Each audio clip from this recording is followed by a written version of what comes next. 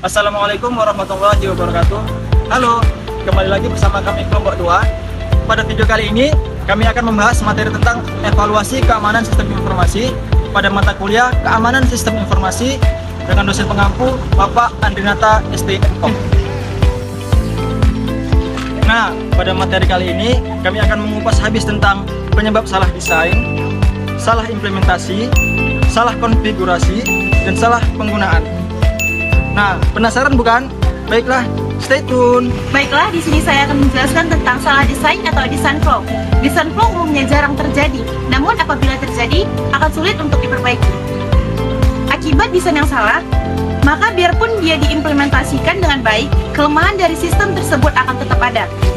Contohnya, lemah desainnya algoritma enkripsi ROT13 atau Caesar Cipher, di mana karakter digeser 13 huruf atau 3 huruf. Meskipun diimplementasikan dengan programming yang sangat teliti, siapapun yang mengetahui algoritmanya dapat memecahkan enkripsi tersebut.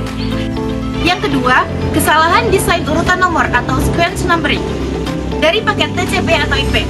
Kesalahan ini dapat dieksploitasi sehingga timbul masalah yang dikenal dengan nama IP spoofing, atau sebuah host memalsukan diri seolah-olah menjadi host lain dengan membuat paket palsu setelah mengamati urutan paket dari host yang hendak diserang. Selanjutnya, implementasi kurang baik. Banyak program yang diimplementasikan secara terburu-buru sehingga kurang cermat dalam pengkodean. Akibat tidak adanya cek atau testing implementasi sebuah program yang baru dibuat.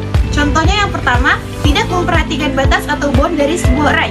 Tidak dicek sehingga terjadi yang disebut out of bound array atau buffer overflow yang dapat dieksploitasi atau misalnya override ke variabel berikutnya. Yang kedua, kealpaan memfilter karakter-karakter yang aneh-aneh yang dimasukkan sebagai input dari sebuah program sehingga sang program dapat mengakses berkas atau informasi yang semestinya tidak boleh diakses. Sini saya akan menjelaskan tentang kesalahan konfigurasi. Kesalahan konfigurasi adalah konfigurasi sumber daya atau kebijakan yang menyimpang dari kebijakan atau rencana organisasi yang menyebabkan konsekuensi yang tidak diinginkan atau tidak diharapkan. Contohnya seperti berkas yang semestinya tidak dapat diubah oleh pemakai secara tidak sengaja menjadi wastable. Apabila berkas tersebut merupakan berkas yang penting, seperti berkas yang digunakan untuk menyimpan password, maka efeknya menjadi lubang keamanan. Kadangkala sebuah komentar dijual dengan konfigurasi yang sangat lemah. Adanya program yang secara tidak sengaja di-set menjadi secret root, sehingga ketika dijalankan pemakai memiliki akses seperti super user atau root yang dapat melakukan apa saja. Yang berikutnya adalah salah menggunakan program atau sistem. Contohnya adalah kesalahan menggunakan program yang dijalankan dengan menggunakan account root atau super user yang dapat berakibat fatal. Yang berikutnya adalah menguji keamanan sistem. Untuk memudahkan administrator dari sistem informasi menggunakan automated tools, perangkat pembantu otomatis yang dapat membantu menguji atau mengevaluasi keamanan sistem yang dikelola. Berikut adalah tabel perangkat untuk bantu dan sistem operasinya. Yang berikutnya adalah contoh tools pengujian yang dibuat para hacker.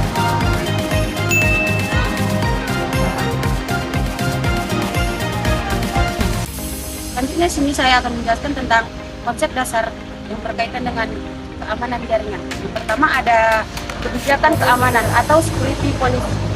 Perangkat aturan pengamanan yang diterapkan pada semua kegiatan sistem komunikasi pada komputer yang dimiliki oleh suatu organisasi. Yang kedua ada authorization, adalah bagian dari security policy berupa pemberian kekuatan secara hukum kepada pengguna atau user untuk melakukan segala aktivitasnya. Yang ketiga ada accountability, adalah kemampuan untuk dapat diakses di mana bila individu yang berhak ingin diakses. Yang ketiga ada accountability, adalah kemampuan untuk dapat diakses di mana bila individu berhak ingin mengakses akunnya, maka harus dijamin oleh security policy tersebut bahwa ia benar-benar bisa melakukan segala aktivitasnya.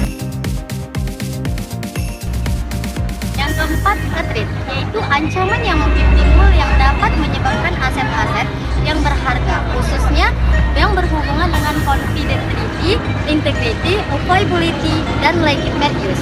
yang disebabkan oleh banyak hal seperti penetrasian atau kejadian yang tidak disengaja.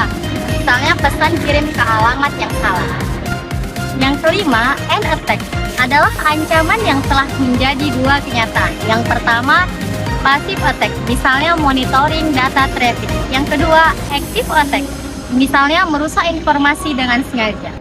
Yang keenam, safeguard, adanya kontrol secara fisik, kemudian ada mekanisme dari kebijaksanaan dan prosedur yang melindungi informasi berharga dari ancaman yang mungkin datang setiap saat. Selanjutnya yang ketujuh, vulnerability. Adanya sela-sela keamanan yang bisa tembus oleh karena mudah rusak atau karena serangan, atau bisa juga pada saat pengamanan sedang tidak aktif. Yang ke-8, risk. Risk adalah perkiraan nilai kerugian yang ditimbulkan oleh kemungkinan adanya attack yang sukses. Semakin tinggi vulnerability, maka semakin tinggi pula tingkat risk-nya.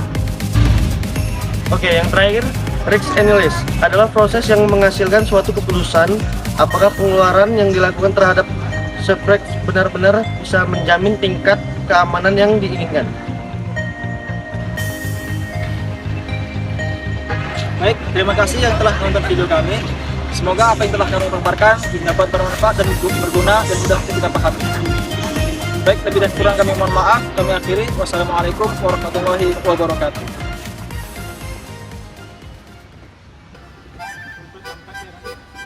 Master Chef. Oh iya.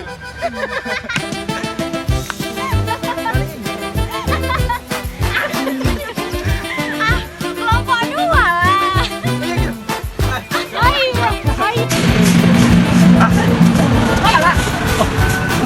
Masa? Ini. Oh, ya, Bang. Jangan ribut.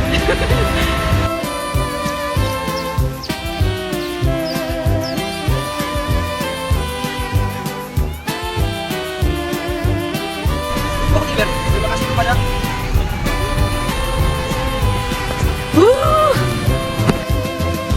Nah, cepatlah.